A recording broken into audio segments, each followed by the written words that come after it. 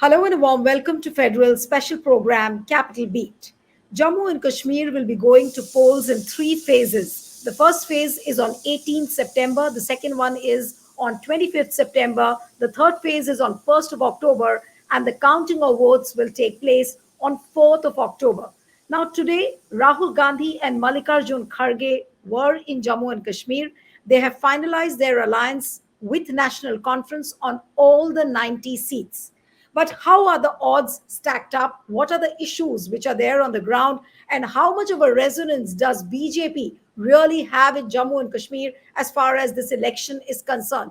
Joining me now are two people who have a great sense about Kashmir. They are Gohar Gilani, who's a journalist and author, joins us. Thank you so much, Gohar, for joining. We have Rohin, who's joining us, who's also an author and a journalist as well. Thank you so much, Rohin, for joining. And I'll begin the conversation today with Gohar. That how do you really see this election and today the very fact that Congress and National Conference have finalized their alliance on 90 seats? And Farooq Abdullah, I was listening to him. So he said that I hope that this alliance goes on smoothly. Now, do you see any hiccups in this alliance or everything looks fine as far as this alliance is concerned? First of all, Neelu, thank you very much for having me. These elections are happening in a very, very difficult period of Jammu Kashmir's history. One, Jammu and Kashmir is no longer a state. It has been downgraded, so the political landscape has changed. And after the gerrymandering delimitation, the political map has also altered. So you have to see these elections in that context, that it is not a place which has a special status. It's not a place which is a state. So given the results of the last general elections, Lok Sabha elections, you saw, you were asking about the BJP's chances. So BJP could not even field a candidate on all the three parliamentary seats in the Kashmir Valley, from North Kashmir, South Kashmir, and also Central Kashmir. So, and now the proxy parties, like, for example, the Apni party led by Altaf Bukhari, or another party, Sajad Lone's People's Conference, they also performed very badly, including Ghulam Nabi Azad's DPAP. Democratic Progressive Azad Party. So all of them fared very poorly, and almost, some of them also lost their security deposits, including Mohammad Ashraf Mir in Srinagar, and also Zafar Iqbal Manhas from South Kashmir. And Sajad Lone was barely able to save it. And at the time, Engineer Rashid Factor, who is a jailed, incarcerated, leader from the, AIP, Awami Ittihad Party. So he contested elections and won, and surprised both Sajad Lone and bigwig Umar Abdullah in those elections. So on the ground, if you take the results of the last Lok Sabha elections into consideration, then it seems that from the Kashmir Valley National Conference could emerge as the single largest regional party. As far as Jammu is concerned, Jammu is a different case altogether, because Jammu is not only the plains of Jammu. Jammu is also the Pir Panchal, which has Poonch, Rajouri, and it's all the Chenab Valley, which includes areas like Doda, Bhadrawa, and Kishtwar. So it's a very different scenario, and the population is also very mixed. And given the delimitation, some areas have been kind of, taken away and then joined with some other areas. So it's a very interesting kind of election where the PDP, for example, led by former Chief Minister Mehbooba Mufti, seems to be on the weakest wicket, because most of the desertions have taken place in the PDP. Almost they have lost 12 to 15 MLAs, winnable candidates who would win them seats. In the last elections, they won 28 assembly segments, and it would be a miracle if they would be able to save 5 to 6 assembly seats this time, because the Apni party is mostly formed, by the leaders who actually were either kind of thrown away from the PDP or they left the PDP. No, So but for the Gaurav, I PDP, have another question that this Gupkar alliance which was formed in the previous years. Now, how far has that alliance gone ahead as far as these elections in 2024 are concerned? Does it remain intact? Because PDP is not part of it. We do not know whether PDP would want to become a part of this alliance between NC and Congress. So, where is Gupkar alliance? It has actually disappeared in a way then? Gupkar alliance, it could be, say, you could say that it was a rumor that has vanished into thin air. So Gupkar alliance is no longer there. It only has one, kind of a spokesperson in the shape of Mr. Tarigami. When it was formed, as you rightly pointed out, at the time there were parties like National Conference, the PDP, even the PC, led by Sajad Lone, and also Shah Faisal, who was a bureaucrat turned politician at the time. His party was also part of it, but slowly, and Awami National Conference, all of them left one by one. And actually, the Lok Sabha elections were a litmus test. During the DDC elections, they kind of somehow stitched together some alliances. But this time, some months ago, the realities of the electoral realities, electoral arithmetic came into the picture, and there were these fissures, and you can say that it no longer exists in that shape. And then National Conference went its own way, and PDP kind of, tried to prove their own electoral kind of muscle, but it didn't work. Mehbooba Mufti lost back to Parties do. back. What are Mehbooba these Mufti, smaller sorry, parties doing? Who have the parties which belong to smaller. the Gupkar alliance? Well, now, what is their future then if they are not part of this big alliance? Because National Conference, for example, you have to see the National Conference has a history even before 1947, before the partition. It is a party which was actually formed in 1931. And then it was rechristened as Jammu Kashmir National Conference in 1939. It actually came into being as Jammu Kashmir Muslim Conference. So it has a 90 plus years of history. PDP is the creation which came into being in the late 90s, more or less 1999. So it is a form of a new regional player. And then other parties like Apni Party, it's a creation of 2020, which is kind of a loose congregation of you can say stooges and backed by BJP, and they do not have any ideological background. They do not have any ideology. They just are opportunist turncoats who could it's like I wrote a tweet wherein I said that you need a that Turkish hero in his epic historical drama, Ertugrul's horse, or you need kind of a satellite Right. imagery to keep track of who is going where. So because you are seeing a lot of desertions, people moving away from one party to another, and PDP is the biggest casualty in this election. But National Conference could emerge as the single largest party from the Kashmir Valley, whereas we could get mixed results from Jammu with BJP and Congress trying to have a equal fight contest on all the seats from the Jammu plains. All right. So, Gohar, you stay on with us. I'll go to Rohin Kumar now. The Rohit, today when this alliance was being announced by Farooq Abdullah, Rahul Gandhi, while addressing the workers in Srinagar, he also said that, this alliance will happen only if the respect is given to the Congress workers. Now, what did he mean by that? And do you see, I mean, despite the announcement of the alliance, do you see any sort of fissures between Congress and National Conference, or do you think that everything has been ironed out between the two parties? So I agree with largely what Gohar has said, but there are two things that are quite interesting. Elections in Jammu and Kashmir, though it might seem to be an electoral fight, democratic fight, but this is more than a pretentious electoral, what we say as a functional democracy. It's more than a pretentious exercise that is being happening in Jammu and Kashmir, because if you see the legislature that is going to be formed will have no powers. It might not even be in shape of Delhi Legislative Assembly, because here you have your party workers, here you can even dissent, but in Jammu and Kashmir the realities are quite different from Delhi. Now coming back to your question, if all is well between Congress and National Conference, I don't think so. It's also a fight. It's a symbolic fight and also a fight of survival of both these parties. Because in Jammu region, it's obvious that BJP is strong, and if Congress, alliances with National Conference, the idea is that BJP and on as many seats BJP and Congress could fight face to face without division of votes. While in the Jammu and Kashmir, in the valley, of course, Congress would not have a greater say. While there are a lot of turncoats waiting on all the sides to jump their sides. And of course, PDP is one of the biggest casualties.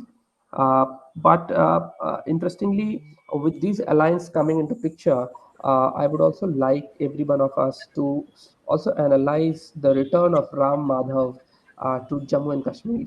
I mean, RSS has now, sent. BJP has sent Ram Madhav on the I would say a political hunt. There are also rumors that national conference this time maybe the PDP of 2014 because That's now, interesting. No, no, right now, but you said, Rohin, let me stop you here. That's an interesting take you have given. You are saying that maybe NC will become the PDP as it formed an alliance with BJP. Now, if that is the case, so the return of Ram Madhav, you're saying that the return of Ram Madhav to Kashmir is a very, very big story. So is Ram Madhav going to do this? He's going to allure national conference towards the BJP fold. Is that what you're saying? yes, that is what I'm saying. Because if PDP and BJP could form an alliance, I won't be surprised if post-elections BJP and National Conference ally. Because No, but if what you will Congress technically, do then? What will Congress do if you are like if you're on a it program, you are stating this on record? Doesn't Congress know about this, and how much should it trust National Conference then if it has entered into an alliance today? everything depends on the numbers.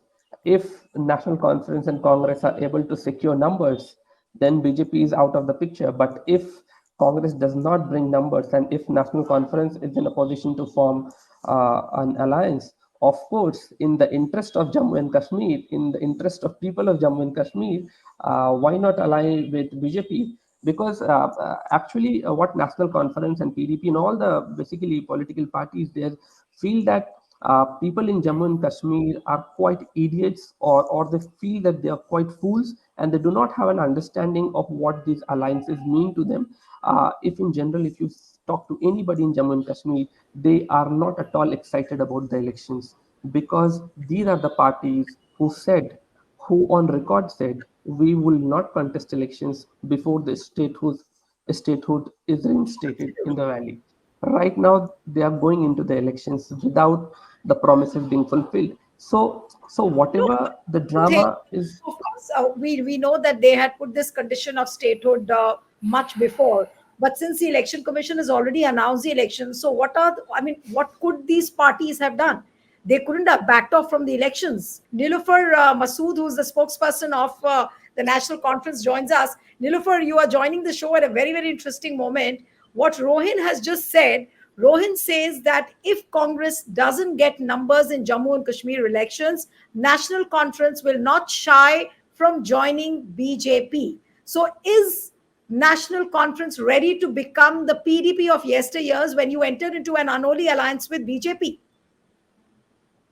Well, I don't know who has given him the mandate to speak on behalf of the national conference and No, he's on an what basis analyst, he he's an author, he's a journalist who but he has a cannot sense of be the humor. spokesperson. Maybe he can predict the things, that is different thing, but he cannot say it on 100% basis that yes, it is NC who's going to alliance with the BJP. We have been fighting with one ideology, and it's not like BJP. They were fighting elections they fought elections in Jammu and Kashmir, then against that they went against their ideology and made coalition with the PDP, and we don't want to replace PDP. And then there will be another unholy this alliance where people will reject we people also. We don't want to die of our own intents, what future will be having, or we need to secure our future, and we are hopeful the alliance which has been made today will secure the numbers, and it will be the government of the national conference and congress. You are Because saying, if you see, Nilofer, you are saying that whatever numbers Congress gets, but you will not enter into an alliance with BJP. Is that what you're saying? no, that's Because not ideology possible. is more important for you. Sure, that is impossible for we people, because what has been the past ideology and what BJP is doing and what BJP has done with the Jammu and Kashmir. So national conference is fighting against that ideology, and we want all those rights which have been taken from we people. We want restoration of our statehood. We want restoration of our rights and privileges. So it is not possible when it is BJP. one very important question which needs to be posed to you and your party is that your condition, your terms and conditions, when you listed them out, statehood for Jammu and Kashmir was one of the biggest issues. And now, what happened all of a sudden? The statehood has not been restored, but you're ready to contest elections. See, we don't want to give space to anybody, because if we will not contest the election, that means we are giving space to same people who have done very bad and worst with the people of the Jammu and Kashmir. Why should we give space? We are not going to space. We are not going to give them space. In fact, we want to be the part of the system so that the system can be changed. When will be just spectating the things and will be out of the thing, it won't be possible for we people to change the things. So it is better to jump in and change the system when the system will be in our hands. So we just want power to that extent so that we can undo those things which have been done on 5th August 2019. And after that, so many acts have been done, so many illegalities have been committed that needs to be undone. So it's very important for we people for restoring all those rights to come into the system. Yes, All Nilu. right. Right. So let me come to Gohar now. Gohar, what is the sense you get from what Nilofer has just said and what Rohin also pointed out? I think that was something very novel, which he pointed out that maybe if Congress doesn't get numbers, but I want to ask you about the prospects of Congress, about the prospects of BJP, and also National Conference. I'll be questioning Nilofer again, but where does BJP stand in the current context of things as far as Jammu and Kashmir is concerned? So before I come to your question, I want to contextualize what Rohin has said. In the case of Kashmir, this is not something very new. Like if you go back to 1996 elections, when from 87 to 96 there were no elections held in Jammu and Kashmir, and then Farooq Abdullah, Mr. Farooq Abdullah agreed to contest elections, and then in 1999 and 2000. Jammu Kashmir's assembly passed an autonomy resolution by two-thirds majority, which was dumped by the then BJP government headed by Atal Bihari Vajpayee. Sorry. And then, at the time, Deputy Prime Minister of India, Mr. L.K. Advani, then he wrote in his autobiography that when Mr. Farooq Abdullah passed this autonomy resolution, we had a chat with him, and then to the credit of Farooq Abdullah, he agreed not to pursue this further. And then in the same government, Mr. Omar Abdullah became a junior minister, MEA. And then, when PDP fought elections in 2014, Mehbooba Mufti's videos can still be, found on Google search, wherein she said that if you vote for the PDP, that's the only way to stop the BJP coming to Kashmir. And then in the end, they formed an alliance with the BJP. And late Mufti Said called that a pragmatic kind of a paradigm shift, wherein they gave the argument of this electoral arithmetic. So in the case of Kashmir, all political parties have worked with different political parties, including the BJP. And Sajad Lone, for example, he has been a poster boy of BJP in Kashmir, and so has been Mr. Shah Faisal and others. So it's not, if you contextualize from 1953 when Sheikh Abdullah was arrested, at the time the demand of the National Conference was not autonomy or pre-1953 status. The demand was for they were running a plebiscite movement, J&K Plebiscite Front, which ran for 22 long years until 74, 75. And then it was dumped as political meandering, siyasi awara gardi. And then pre-1953 status, and then autonomy, and then we see the restoration of statehood. And then there was this plank that we will not fight elections, but now they are fighting elections even without statehood. Then they said we will go to court, and they did not fight anything on the street. There was no political movement on the street for the rights. But this, in politics, rats marry snakes, and it's something like every political party sees its own interests. And if the electoral numbers will be such, for example, in all likelihood, National Conference could emerge as the single largest party from the Kashmir Valley. But if BJP wins more seats in Jammu, so what would you do then? You cannot ignore the mandate. So that will be a difficult thing. And why Ram Madhav is in charge of Kashmir affairs for the BJP is because he stitched the alliance, which was called the Agenda of Alliance, in 2014-15, in which the BJP actually agreed on record that they will shelve abrogation of Article 370. They agreed to hold talks with Hurriyat. They agreed to hold talks with Pakistan. They agreed on all points in that agenda of alliance, but the rest is history.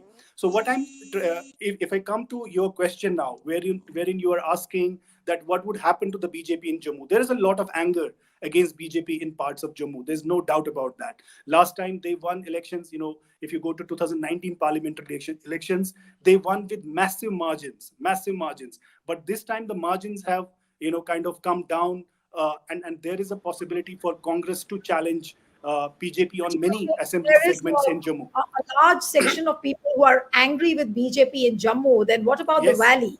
What about the anger Valley there? What about the resentment BJP there in is the valley? BJP is kind of a persona not non grata as far as the Kashmir Valley is concerned. Its Lotus does not have any takers on the Kashmir's turf. So we have Lotus in the Dal Lake, but there is no Lotus in terms of political ideology as far as Kashmir is concerned, and that's why they drew blank in 2014 elections as far as Kashmir Valley is concerned, and they also did not have the fight in the stomach to field any candidate on the three seats in the Right. parliamentary elections. And coming to first point that Rohin made, and when he said that these elections are kind of a pretensive thing, I agree with him, because I said in the beginning that we have to understand that these are the elections where there is no state. These are the elections where there is no special status. These are the elections where delimitation and gerrymandering has happened. So I gave the context in the beginning. So yeah, I mean.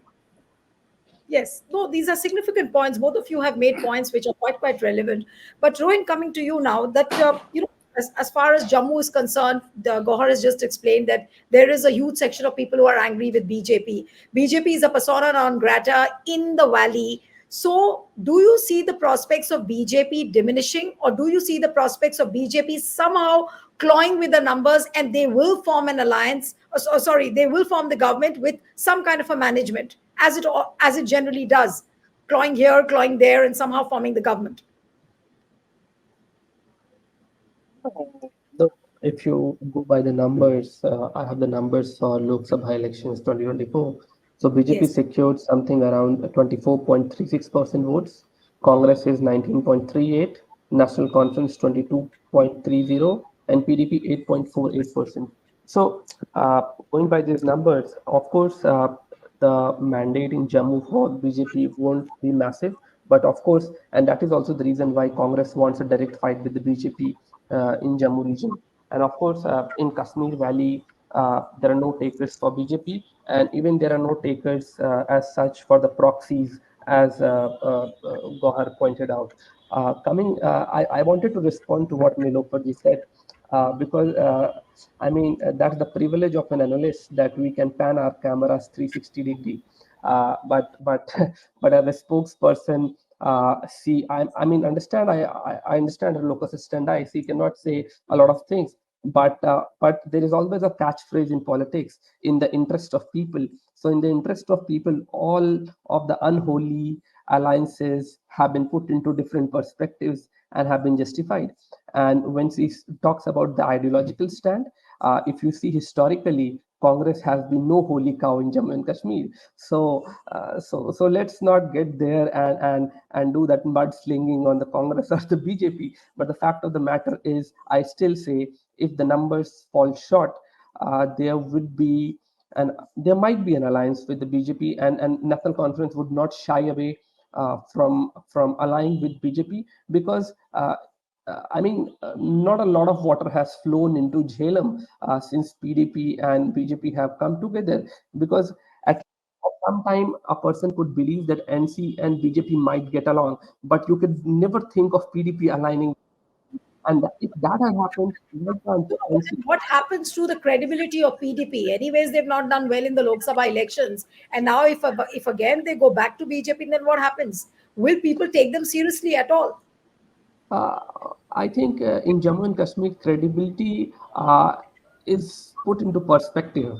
If you look from the perspective of Delhi, We thought National Conference, PDP, everybody is credible. But once Delhi put everyone behind the bars, I don't feel there was any taker of them in the valley. And people in Jammu and Kashmir are quite mature, politically mature, and they understand all these alliances. Of course, there is a crisis of governance in Jammu and Kashmir because a state ruled by lieutenant governor, that is not an ideal way. But if a state is restored, I mean, if a government is restored and still it does not have powers, it does not do any benefit of the people. I mean, No, where do I the think the people point go? you're pointing out is the fact that the amendments which were made, which have given more powers to the LG of the state. So obviously, whichever party forms the government is not going to have an easy run as far as the governance is concerned. But what do you think that new government will be like? Is it going to be based on something like what a Delhi model does and how Kejriwal functions? And time and again, we see so many tips between the chief minister and the LG of Delhi. Is Jammu Kashmir's new government going to run on that matrix? I think it would be worse than Delhi. I mean, be Was frankly the Delhi speaking, was it?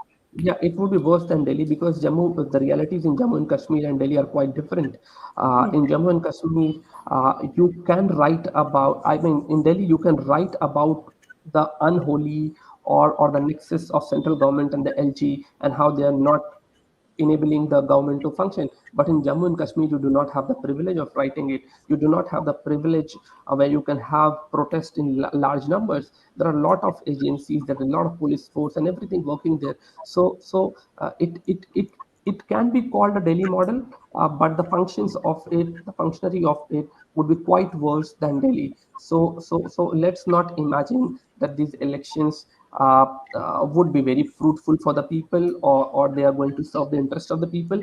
And I sometimes find it very ridiculous when these political parties make large claims that they will pass a resolution in the legislative assembly. I mean, you do not have powers. Matlab, as journalists, we know what can Editors Guild of India do, or what can Press Club of India do? They can just issue a statement. So it's a toothless body. Hence, the legislature, you pass a resolution for whom? For what? No, It is so just a does drama that that you mean, do. right? No, I get your point. But Gaurav, let me come to you now. Whoever the chief minister is, whichever party is in power, is that the chief minister going to be a token chief minister? The real powers will rest with the LG, and chief minister will not have much of say. So, for tokenism's sake, there are elections which are being held, but of course, the reality on the ground is that you don't have a state, you don't have an Article 370, governance is almost zero, the will of the people is not writ large. So, what kind of an election is happening then? Three-phased To, election. What does it look to like put then? to put it mildly, the new chief minister of Jammu and Kashmir would be as good as a personal assistant to the lieutenant governor, and which Ruhullah Mehdi, the parliamentarian from the Right. National Conference, calls the viceroy of Kashmir. So it would be a PA to viceroy, where you cannot even have the power to, transfer an SHO, station house officer of a police station, Right. such because that's why it looks very ridiculous if you look at the manifestos released by the National Conference, or the manifesto just released by the Apni party, led by Alta Bukhari, and they're talking about big things. They're talking about restoration of statehood. They're talking about getting the special status back in some form, Article 371, preserving land rights, job. But I mean, how can they do it? I mean, they are under an lieutenant governor, where the state structure and state bureaucracy and administration is totally controlled by Delhi and the Ministry of Home Affairs. So there is, until and unless there's a total kind of a political shift in the political landscape of Jammu and Kashmir, where it could go back to some semblance as August 4, 2019 position. Until and unless that happens, all these are rhetorical statements. And if you go back and just contextualize the entire, what is happening, the same thing happened on the 9th of August 1953, when Sheikh Abdullah, as Prime Minister of Jammu and Kashmir, was not only unceremoniously jailed and removed as Prime Minister, but an installed chief minister, Bakshi Ghulam Muhammad, was brought in, and then he ruled for 11 years. And it was a very kind of a very different kind of a period, where some development did happen, but it was totally controlled by Delhi government. And even in one of the letters, Pandit Jawaharlal Nehru, late Nehru, wrote to Bakshi that at least lose some seats so that the process looks fair, because he was winning all seats on his Yeah. own. And then Balraj Puri, the historian, author, journalist, he went to complain to Nehru and said, "Why have you jailed Sheikh Abdullah? And it doesn't look nice for democracy." And he is on record, has told him, Balraj Puri, that when it comes to Kashmir, morality and democracy can wait. So that has been the painful history of Jammu and Kashmir. So in that context, if you put it, these elections, yeah, it gives them, because it's a kind of a circus where these political parties want some kind of grip, as the previous spokesperson was saying, not ceding space, because they think if they are ready to work on lesser wages, they are ready to work on lesser rights, but they don't No, want but to all cede that this space. while, oh, no, but all this while, Rohin, I'll come to you now. But all this while, when the political process was completely derailed, we saw so many leaders put under house arrest. People were jailed after the application of 370. Now that a beginning is being made, so is it not like a case of something is better than nothing? There is a beginning to a political process which people should gladly welcome. We do not know how it's going to fare up, what it has in its store for the people of Jammu and Kashmir, but shouldn't it be welcomed that at least it's a beginning It's of a a political process which was it's derailed it's all this? it's it is akin to saying that you have stripped someone naked, and then you give them an undershirt to wear, and tell them to celebrate that at least you have got something back. It's like that That's so only. rightly Yeah, put. but yeah. All right. So now, Rohin, if I may come to you now, like, what are the prospects now? Is any party in a position to get a complete majority, whether it is National Conference, BJP, or Congress, or is there a possibility of a fractured mandate? That also could be. Do you see that as a possibility as well? No, I think the National Conference has good prospects and it would emerge as single largest party.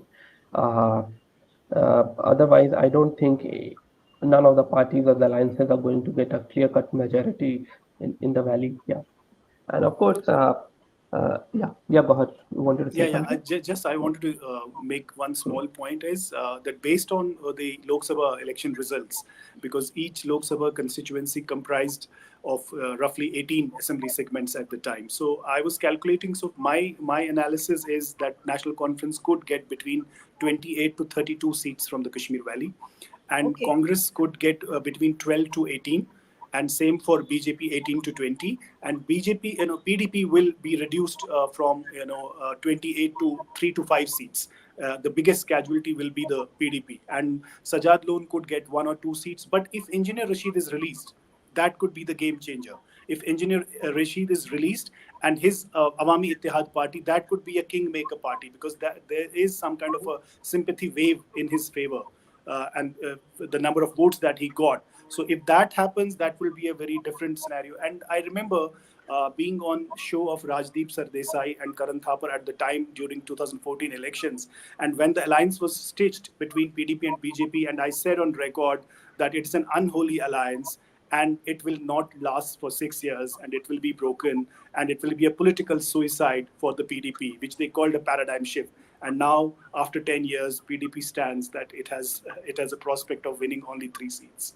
So, what's your hunch? Your final take, Gohar, and then I'll take the final word from Rohit. I think What's I your think the first take first for? possibility is NC plus Congress alliance if Congress does well in Jammu, and the second, which Rohin said, that nothing is impossible. If the BJP has numbers from Jammu, then there will be no choice left for the There would National be Conference. another unholy alliance then, of Yes, course. yes. All right. So, Rohin, the last word to you.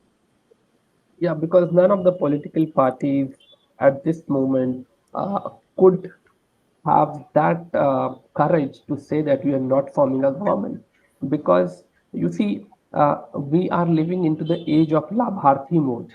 We get, I mean, you take away everything and just give me 5 kg of rice, right? So that is how we say kuch nahi se behtar hai thoda kuch aisa de diya, right? So this is the labharthi mode of politics which I say.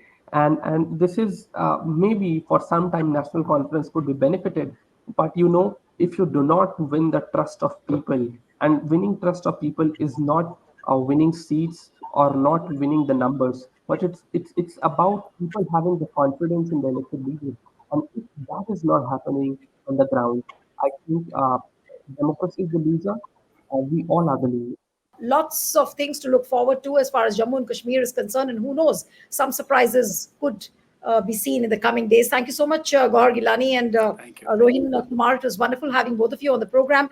And one appeal to the viewers who are watching this discussion: subscribe to our channel, send us your feedback, and stay tuned to the Federal.